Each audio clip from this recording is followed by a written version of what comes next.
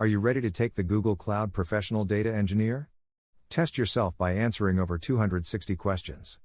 This course is in the form of practice tests and consists of over 260 questions that may appear during the Google Professional Data Engineer exam.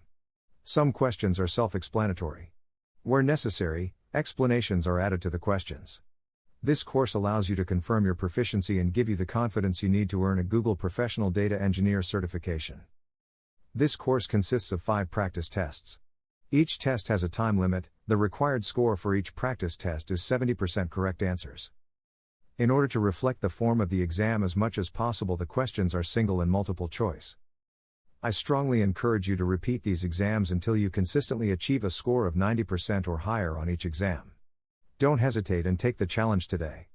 Thank you for your attention and good luck.